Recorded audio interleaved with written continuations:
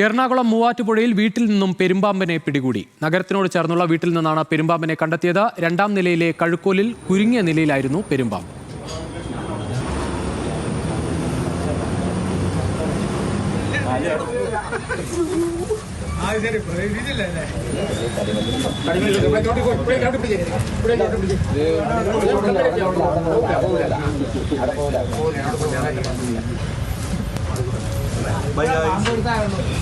വിവരങ്ങളുമായി സൈഫുനിസ ചേരുകയാണ്. സൈഫുനിസ, ദൃശ്യങ്ങളിൽ തന്നെ കാണാം വലിയ പെരുമ്പാമ്പാണ്. വിവരങ്ങൾ. അതെ, 15 കിലോയോളം തൂക്കം വരുന്ന പെരുമ്പാമ്പിനെയാണ് 2.5 മണിക്കൂർ പണിപ്പെട്ട് ഇപ്പോൾ പിടികൂടിയിരിക്കുന്നത്. മൂവാറ്റുപുഴയിലെ നഗര മധ്യത്തിലുള്ള ഒരു വീട്ടിൽ നിന്നാണ് ഈ പെരുമ്പാമ്പിനെ പിടികൂടിയത്.